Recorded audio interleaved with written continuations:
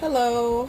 I want to talk about a topic that a lot of people aren't really talking much about, and that is the coronavirus. I wouldn't say people aren't talking about it per se, but there's just not a lot of information on it.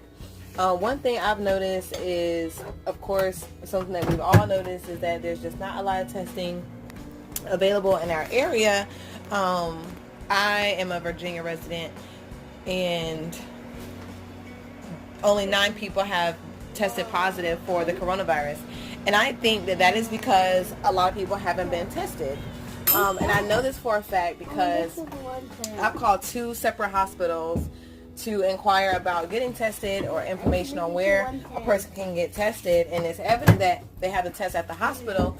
However, they're only giving it to you if you meet certain criteria. So if you go in there and you have shortness of breath, they're not going to test you. And I know this because my friend told me. Also, if you just have a cough and a sore throat, they may not test you for coronavirus. And I think that that is very unfortunate because people are walking around and a lot of people have this virus in their systems. It's not something to be embarrassed about. This is something that is just happening to everyone. It's not going to kill everybody. It can be extremely harmful and have, severe symptoms. But unfortunately, not everyone has the exact same symptoms, and it may not be as worse for everyone, and they're not testing people.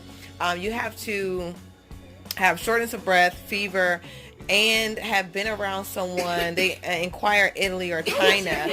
But what they're not thinking about is how quickly this thing is growing, that this could possibly be something that's airborne and not just on a surface level for, to be infected by this disease. So it's just unfortunate that people aren't able to get tested because they don't meet their criteria. If someone, had went to China and they were around someone at the grocery store in Georgia, now that person in Georgia has it, they talk to some friends and cousins up here in this area. And of course, I would not necessarily know who they've come into contact with. So it's very, likely that we've been into contact with someone who has been infected, but we're not aware because they didn't have symptoms, or we don't know who else they've been around and what have you.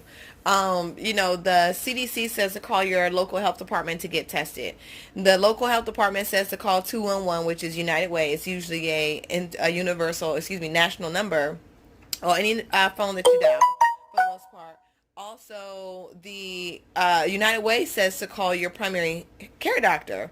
Well, your primary care doctor says that they don't have the test and that you need to call the hospital. And again, when you call the hospital to say, hey, I'm having symptoms, I'm concerned, I think I may have been around someone who has had, contracted the coronavirus.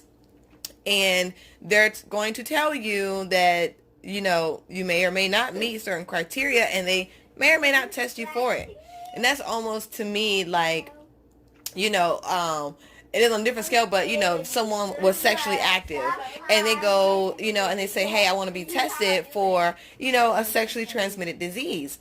And they say, well, okay, well, are you itching? And you're like, no. Okay, well, are you burning? And you're like, no.